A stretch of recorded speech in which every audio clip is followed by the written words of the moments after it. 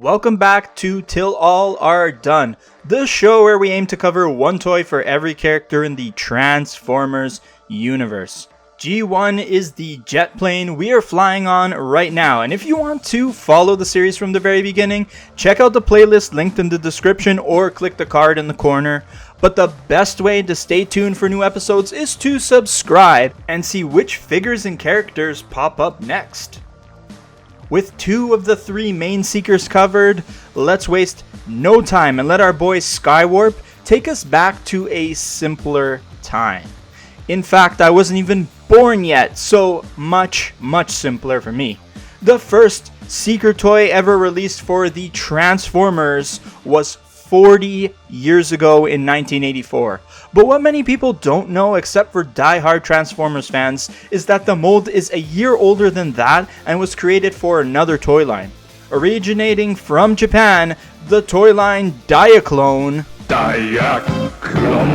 released the two variants of the Jet Robo toy, and then those two toys were adapted into the Transformers a year later as the characters Starscream and Thundercracker. But what about Skywarp? Well, Hasbro took the initiative on that one and decided to make a third seeker for the toy line using that same Diaclone Jet Robo mold. They decoed the toy with the iconic purple and black color scheme, and thus Skywarp was born. So I wanted to at least have one seeker in my collection to be the original G1 mold. And it happened with this toy we're going to showcase right now. This is the Transformers Retro line Skywarp reissue with 86 movie colors. This is a very recently released repaint of a toy, and fun fact, I almost got the Thundercracker version instead. Sometimes toys find you. So let's showcase this amazing looking toy for this Skywarp themed episode. Transformers. Let's start with the badass robot mode, where the paint deco they went with to match the look of the original cartoon looks awesome, especially with the hits of periwinkle purple paint. How's that for alliteration? The paint deco is a big highlight for this toy for me, and I'm not saying that to dog the original toy or all the other versions, but they really tried their hardest to match the paint app to the Sunbow look, and I think they did a great job. They even go to extra lengths to paint the face and a few other parts of the toy. There are no stickers added to this box, but I think it's by intention. It's not trying to be an all-in-one package, trying to be toy accurate as well. It aims to be the look of the cartoon, where the Sunbow model is pretty minimal with extra details. I find it charming, and that head sculpt is inside the nose cone, and then it ends up looking like Link's hat from Legend of Zelda. There's a lot of charming aspects to this thing. And we gotta give it up for the original mold that is still great after all these years. The mold was built to last because we get to cover this new version of the classic Jet Robo toy. A lot of the old molds from the Diaclone line have been damaged beyond saving or lost to time, but we are very lucky to still have this one. If you compare it to modern day figures, obviously the articulation isn't going to be the same. Don't rob yourself of the experience by holding it to modern day standards. It's a retro throwback kind of toy, and that's that. My biggest gripe though with the toy affecting me mentally is how many parts come off of it. You have fists, missiles, guns, wings, rudders, tail fins, and a landing gear, all as separate pieces. You can strip this toy down to its bare necessities, and imagine if you have to look for this thing loose on Facebook Marketplace. What a nightmare. If the seller is some sangria mom selling their kids' toys in the box, good fucking luck. I think even back in 1984, this was a fair and common criticism of the toy to make, and I'm sure they have pieces of this thing scattered around their childhood home. The toy comes with a very nice assortment of weapons though.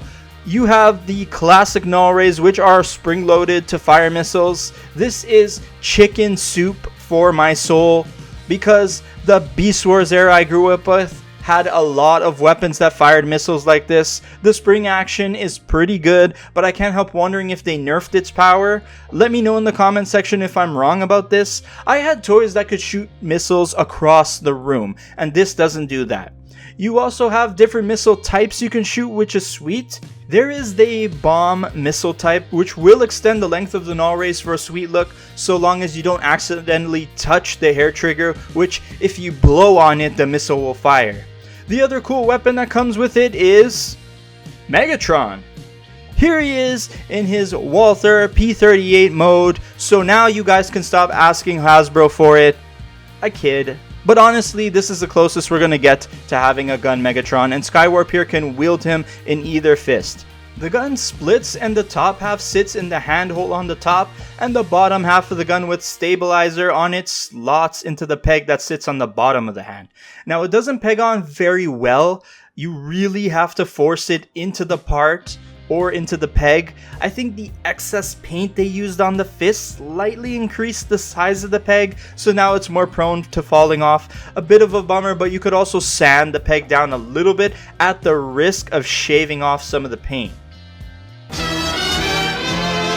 Because this is an old figure, don't expect too much out of the articulation. The most articulation you have is with the arms that move up and down and do a full 360 if you move the wings out of the way. They also butterfly backwards because of the transformation.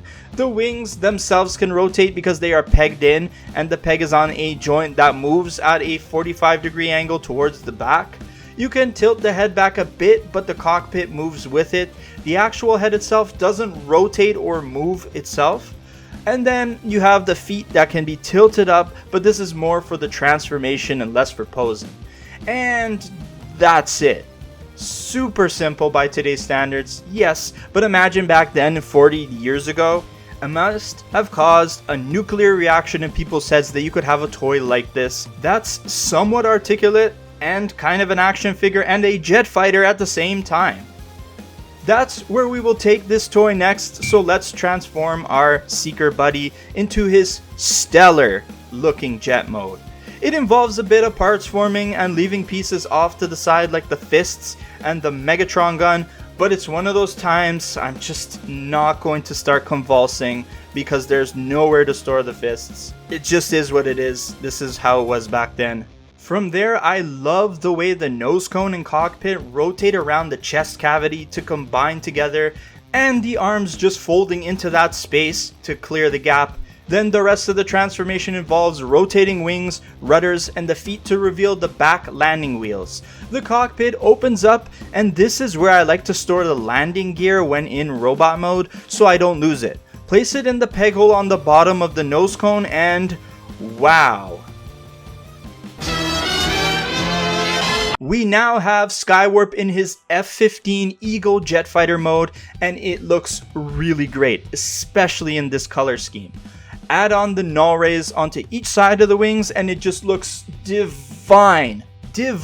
Plus, you have the two different missile types to mix up the look, but overall, the jet just looks so good in the black base coat with the periwinkle purple highlights. The mold does have a few gaps in it, mainly the space between the wings and space between the jet boosters, but come on, it will get a pass here, right? It's not that bad. No regrets seeking down this version of the mold. It's cool that we have slightly different variations on the color scheme between the original 1984 one, all the commemorative series versions, encore releases, and whatever other Takara versions there are out there. I might be biased because I have this in my hand, but when I look at all the other pictures of the other versions, I think this is the best looking Skywarp even without the stickers. With the die-cast metal, this jet feels great in hand with its weightiness. Going swoosh and boom with the jet in hand just feels nice. On the ground, the wheels are small but pinned in, so it rolls pretty nicely when you land the jet and it has to roll into the hangar. This thing actually rolls better than some of the modern figures that have been coming out with the pegged wheels instead of the pin wheels. The nose cone is made of rubber, and I know why. If you accidentally or on purpose, let's not kid ourselves here, if you on purpose try to get this thing to fly, that rubber nose cone is going to soften the blow to your toy. It might even soften the blow if you hit someone with it, although if you hit someone in the eye or the balls, you're done either way. I'm not going to begrudge them for doing this in the name of safety, even though the nose cone rubber tends to become bumpy and misshapen over time. In jet mode, it's not a complete brick, and you can do a lot of articulation with the wings, rudders, and back fins since they are all on pegs. You can tilt and position them how you see fit. One last thing to note that I found out just before completing the script, you can actually store the Megatron gun on the bottom of the jet by pegging it into one of these holes on the chest. If you position it in the right way, it lines up perfectly and becomes another gun placed right under the nose cone. This jet has serious firepower, including the mighty blast of Megatron. Now I just have 2 fists and 2 missiles that I have to be anxious about. Hooray for Psychosis. I think in general you shouldn't take my ratings so serious. Like, they're not the word of the Lord, praise be to God, but definitely the older the toy, the less my rating should matter. Having said that, I'm putting my chest into this one. The toy is a 3 out of 5 in my eyes. I really enjoy having it, and this Retro 86 movie reissue is a really interesting way to explore this classic Diaclone jet robo mold, which is still great over time. Had I been alive during the era when the Transformers toys were coming out, any of the Seeker molds would have blown my little mind. The parts forming though is super annoying though, especially if you want to collect the older figures loose. Good luck. You might have to look for parts themselves, and you might end up paying more for it. That's why these Retro 86 releases are actually really great. It's not going to be the last time we look at an old figure with a Retro 86 paint app on it, that's for sure. I might end up treating myself and getting these Starscream and Thundercracker retros, so our good buddy Skywarp isn't so lonely on the shelf. But sound off in the comments section if you grew up with the original, and thanks for checking out this new episode of Till All Are Done. We doubled up on Decepticons, so now we're going to double up onto Autobots that also commonly share molds with each other. Subscribe for more episodes, and maybe share this one with some buds. Until then, thanks for stopping by the JR Magnus channel, and peace out.